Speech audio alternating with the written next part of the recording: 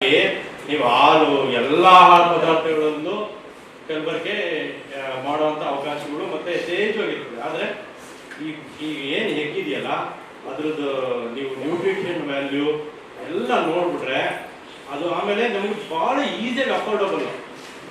ಎಲ್ಲ ಒಂದು common man, ಎಲ್ಲರೂ ಒಂದು ಲೇಬರ್ಸ್, ಏನೆಲ್ಲ ವರ್ಕ್ ಪೀಪಲ್ ಎಲ್ಲ ಇದಾರಲ್ಲ, ಅವ್ರು ಈಸಿಯಾಗಿ ಸಿಗುವಂಥದ್ದು ಉತ್ಕೃಷ್ಟವಾದ ಪ್ರೋಟೀನ್ ಅಂತ ಅಂದರೆ ಅದು ನಮಗೆ ಮೂಲ ಎಗ್ಗಿಂದ ಬರ್ತದೆ. ಬೇರೆಯಿಂದ ಬರಲ್ವಾ? ಬರುತ್ತೆ. ಈಗ ನಾನು ಹೇಳಿದೆ ಗೋಡಂಬಿ, ದ್ರಾಕ್ಷಿ, ಅವುಗಳಿಂದನೂ ಯಥೇಚ್ಛವಾದ ಪ್ರೋಟೀನ್ ಬರುತ್ತೆ. ಆದರೆ ಅದು ಎಲ್ಲ ನಮ್ಮ ಜನಸಾಮಾನ್ಯರಿಗೆ ತಲುಪೋದು ಬಹಳ ಕಷ್ಟ ಆಗುತ್ತೆ. ಪಲ್ಸಸ್ ಆಗ್ಬೋದು, ಮೊಳಕೆ ಕಟ್ಟಿದ ಕಾಳು ಎಲ್ಲದಿಂದನೂ ಬರುತ್ತೆ. ಆದರೆ ಮೊಟ್ಟೆಯಿಂದ ಒಂದು 6 ರೂಪಾಯಿ ಕೊಟ್ಬಿಟ್ರೆ ನಿಮ್ಗೆ ಒಳ್ಳೆ ಮಾಲ್ ನ್ಯೂಟ್ರಿಷನ್ನ ಎಲಿವೇಟ್ ಮಾಡುತ್ತೆ. ಸೊ ಬೆಳಿಗ್ಗೆ ಒಂದು 2 ಮೊಟ್ಟೆ ತಿನ್ನೋದು, ಆಮೇಲೆ ನಮಗೆ ಈಗ ಫಾರ್ ಎಕ್ಸಾಂಪಲ್ ಆಲ್ಮೋಸ್ಟ್ ಎಗ್ ಥರನೇ ನಮಗೆ ಮೀಟನ್ನು ರೆಕಮೆಂಡೇಶನ್ಸ್ ಇದೆ NIN-ಇಂದ, ICM Indian council of medical research ಇಂದ ರೆಕಮೆಂಡೇಶನ್ಸ್ ಇದೆ. ಒಬ್ಬ ಜನಸಾಮಾನ್ಯ ದಿನಕ್ಕೆ ಅಟ್ಲೀಸ್ಟ್ 30 ಗ್ರಾಮ್ ಪ್ರೋಟೀನ್ ಇಂದ ಮೀಟಿಂದ ತಿನ್ನಬೇಕು ಅಂತ. ಸೊ ಎಗ್ಗಿಂದ ಆಲ್ಮೋಸ್ಟ್ ಒಂದು ಎಗ್ ತಿಂದರೂ ಆಯಿತು. ಮತ್ತೆ ನಮಗೆ ಮೀಟಿಂದ 30 ಗ್ರಾಮ್ ತಗೊಳ್ಬೇಕು. ಮತ್ತೆ ಪಲ್ಸಸ್ ಇಂದ ಇಷ್ಟು ಎಲ್ಲ ಅದು ಬ್ಯಾಲೆನ್ಸ್ಡ್ ರೇಷನ್ ಅದು ಪ್ರಿಸ್ಕ್ರೈಬ್ ಮಾಡಿದೆ. ಸೊ ಹಂಗಾಗಿ ಈ ಒಂದು ವರ್ಲ್ಡ್ ಪ್ರೋಟೀನ್ ಡೇ ಸಲುವಾಗಿ ನಾವು ಏನಂದ್ರೆ ಅವೇರ್ನೆಸ್. ಸೊ ಪ್ರೋಟೀನ್ ಒಂದು ಎಗ್ ತಿನ್ನೋದ್ರಿಂದ ಮತ್ತೆ ಒಂದು ಮಾಂಸ ತಿನ್ನೋದ್ರಿಂದ, ಅದರಲ್ಲೂ ಎಲ್ಲ ಹೆಣ್ಮಕ್ಳಿಗೆ, ಗರ್ಭಿಣಿಯವರಿಗೆ, ಮತ್ತೆ ಶಾಲಾ ಮಕ್ಕಳಿಗೆ, ಒಂದು ಬ್ರೈನ್ ಡೆವಲಪ್ಮೆಂಟ್ಗೆ ಇದೆಲ್ಲ ಪ್ರೋಟೀನ್ ಅನ್ನೋದು ನಿಮ್ಗೆ ಎಲ್ಲದಕ್ಕೂ ಬರುತ್ತೆ. ಒಂದು ಎನ್ಸೈಮ್ಸ್, ಹಾರ್ಮೋನ್ಸ್, ನೀವೇನಾದರೂ ಹೇಳಿ ಅದು ಪ್ರೋಟೀನ್ ಬೇಕೇ ಬೇಕು. ಸೊ ಇದು ಎಗ್ ಮುಖಾಂತರ ತಗೊಂಡ್ರೆ ನಮಗೆ ಈಸಿಯಾಗಿ ಅಫೋರ್ಡಬಲ್ ಮತ್ತೆ ಬೇಗ ಡೈಜೆಷನ್ಸ್ ಆಗುತ್ತೆ. ನಿಮ್ಗೆ ಎಗ್ ಮಾತ್ರನೇ, ನೀವು ಎಗ್ 100 ಗ್ರಾಮ್ ತಗೊಂಡ್ರೆ 98 ಗ್ರಾಮ್ ದೇಹಕ್ಕೆ ಹೋಗುತ್ತೆ. ಅದಕ್ಕೆ ಅದನ್ನು ಹೈ ವ್ಯಾಲ್ಯೂ ಅಂತ ಹೇಳ್ತೀವಿ, ಹೈ ಬಯಾಲಜಿಕಲ್ ವ್ಯಾಲ್ಯೂ ಅಂತೀವಿ.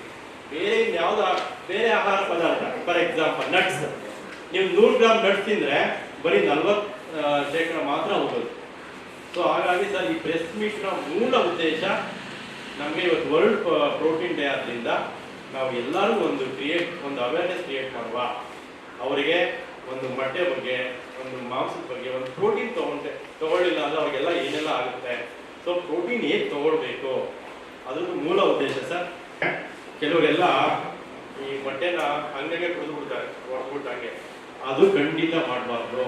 ಯಾಕಂದ್ರೆ ಅದರಲ್ಲಿ ಅವಿಡಿನ್ ಅಂತ ಕೆಲವೊಂದು ಅತ್ಯವಶ್ಯಕವಾದ ಪೋಷಕಾಂಶಗಳು ನಾವು ಹಸಿ ಮೊಟ್ಟೆ ಹಂಗೆ ತಿಂದ್ರೆ ಸಿಗೋಲ್ಲ. ಅದು ಬೆಂದಾಗ ಮಾತ್ರನೇ ಅದು ಬಯೋಟಿನ್ ಜೊತೆ ಬೈಂಡ್ ಆಗುತ್ತೆ, ನಮ್ಮ ದೇಹಕ್ಕೆ ಸಿಗುತ್ತೆ. ಸೊ ಹಾಗಾಗಿ ಯಾವಾಗಲೂ ನಾವು ಮೊಟ್ಟೆಗಳನ್ನ ಬೇಯಿಸಿದ್ಮೇಲೆ ತಿನ್ನಬೇಕು. ಸೊ ನಾವು ಒಂದು 7 to 8 ಮಿನಿಟ್ಸ್ ಬಾಯ್ಲ್ ಮಾಡಿಬಿಟ್ರೆ ನೀಟಾಗಿ ಬಾಯ್ಲ್ಡ್ ಎಗ್ ಆಗುತ್ತೆ, ತಿನ್ಬೇಕು. ಅದಾದ್ಮೇಲೆ ಆಮ್ಲೆಟ್ ಮಾಡ್ಬೋದಾ ಸರ್? ನಿಮ್ಗೆ ಎಗ್ಗಲ್ಲಿ ಇವತ್ತು ಒಂದು 200 ಪ್ರಾಡಕ್ಟ್ಸ್ ಮಾಡ್ಬೋದು. ಸೊ ಅದೆಲ್ಲ ನಿಮ್ಮ ಅನುಕೂಲಕ್ಕೆ ತಕ್ಕನಾಗಿ, ನಿಮ್ಮ ಟೇಸ್ಟ್ ತಕ್ಕನಾಗಿ ಮಾಡ್ಕೊಳ್ಬೋದು. ಬಟ್ ಏನಂದ್ರೆ ನೀವು ಡಯಟ್ ಕಾನ್ಶಿಯಸ್ ಇದ್ದಾಗ ನೀವು ಜಾಸ್ತಿ ಆಯಿಲ್ ಫ್ರೈ ಮಾಡೋದು ಎಲ್ಲ ಮಾಡಿದಾಗ ಮತ್ತೆ ಅದರದ್ದು ಬೇರೆ ಥರ ಡಿಸರ್ಡೆನ್ಸ್ ಆಗುತ್ತೆ. ಸೊ ಹಾಗಾಗಿ ನೀವು ಬೇಯಿಸಿದ ಮೊಟ್ಟೆ ತಿಂದರೆ ಒಳ್ಳೇದು. ನಾನು ಒಬ್ಬ ಪ್ರೊಫೆಸರ್ ಆಗಿ ನಮ್ಮ ರಾಜ್ಯದಲ್ಲಿ ಪೋಲ್ಟ್ರಿ ಸೈನ್ಸ್ ಡಿಪಾರ್ಟ್ಮೆಂಟ್ ಇರೋದು ನಮ್ಮ ಕಾಲೇಜಲ್ಲಿ ಮಾತ್ರ. ಸೊ ಎನಿ ಪೌಲ್ಟ್ರಿ ಬಗ್ಗೆ ನಾನು ಅಧಿಕಾರಿತವಾಗಿ ಮಾತಾಡ್ಬೋದು. ನಾನೊಬ್ಬ ಪ್ರೊಫೆಸರ್ ಅಂತ ಹೇಳ್ತಾರೆ. ನೋಡಿ ಇದು ಎಷ್ಟು ಮೂಢನಂಬಿಕೆ ಅಂತ ಅಂದರೆ ಸರ್, ನೆನ್ನೆ ಒಂದು ಮ್ಯಾಚ್ ಇತ್ತು, ನೀವು IPL 2020 ನೋಡಿದ್ರಾ ಸರ್? ನಾನು ಓದ್ತಾ ಇರ್ಬೇಕಾದ್ರೆ ಯಾವಾಗಾದ್ರೂ 50 ಓವರಲ್ಲಿ 1 6 ಬರ್ತಾ ಇತ್ತು ಅಲ್ವಾ? ನಾವು ಅವ್ರಿಗೆ 6 ಇತ್ತು ಅಂತಿದ್ವಿ. ಏನು ಒಂದು 100 ಓವರ್ಸ್ ಒಂದು 2-3 6 ಬರ್ತಾ ಇತ್ತು. ಇವತ್ತು ನಿನ್ನೆ ತಿಲಕ್ ವರ್ಮಾ, ಕಿಶನ್ ಎಲ್ಲರೂ ಟೋಟಲಿ ಒಂದು 30-40 6 ಬಂತು ಸರ್. ಒಂದು 20 6 ಬಂದಿದ್ಯಾ? ಆಯ್ತಲ್ಲ, ಸರಿ. ಸೊ ಸರ್ ನಾನು ಏನಕ್ಕೆ ಮಾತು ಹೇಳ್ತೀನಿ ಅಂದ್ರೆ, ಸೊ ಈಗ ತಿಲಕ್ ವರ್ಮಾ, ಕಿಶನ್ ಅವರೆಲ್ಲ ಏನು ಸ್ಟೀರಾಯ್ಡ್ಸ್ ಮಾಡ್ತಾರ ಸರ್? ಹಂಗಲ್ಲ. ಅದು ಎಲ್ಲಾನು ಈಗ ಎಷ್ಟು ಪ್ರಾಕ್ಟೀಸ್ ಇದೆ, ಎಷ್ಟು ಅಡ್ವಾನ್ಸ್ಮೆಂಟ್ಸ್ ಇದೆ, ಎಷ್ಟು ಅವರು ವಿಗರಸ್ ಆಗಿ ಪ್ರಾಕ್ಟೀಸ್ ಮಾಡ್ತಾರೆ. ಸೊ ಹಂಗೆ ನಮ್ಮ ಕೋಳಿ ಉತ್ಪಾದನೆ ಅಷ್ಟೇ. ಈಗ ನಮಗೆ 40 years ಅಥವಾ 50 years ಬ್ಯಾಕು ಒಂದು ಕೋಳಿ 150 ಮೊಟ್ಟೆ ಅಥವಾ 160 ಮೊಟ್ಟೆ ಬರ್ತಾ ಇತ್ತು. ಇವಾಗ 330 ಮೊಟ್ಟೆ ಬರುತ್ತೆ ಅಂದ್ರೆ ನಾವು ಇಂಜೆಕ್ಷನ್ಸ್ ಕೊಟ್ಟು ಮಾಡ್ತೀವಿ ಅಂತ ಅಲ್ಲ ಸರ್. ಇದು ಎಷ್ಟು ನಾವು ಹೇಳೋದು ತಪ್ಪು ಕಲ್ಪನೆ ಸರ್. ಒಂದು ಇಂಜೆಕ್ಷನ್ ಗ್ರೋತ್ ಹಾರ್ಮೋನ್ ಅಂತ ಹೇಳ್ತಾರಲ್ಲ ಸರ್, 2000 ರೂಪಾಯಿ ಅದು ಒಂದು ಇಂಜೆಕ್ಷನ್ 2000 ರೂಪಾಯಿ ಆಗುತ್ತೆ. ಸೊ ಅದನ್ನ ಕೊಟ್ಟು ನಾವು 6 ರೂಪಾಯಿ ಮೊಟ್ಟೆ ಉತ್ಪಾದನೆ ಮಾಡಕ್ಕಾಗುತ್ತೆ ಸರ್.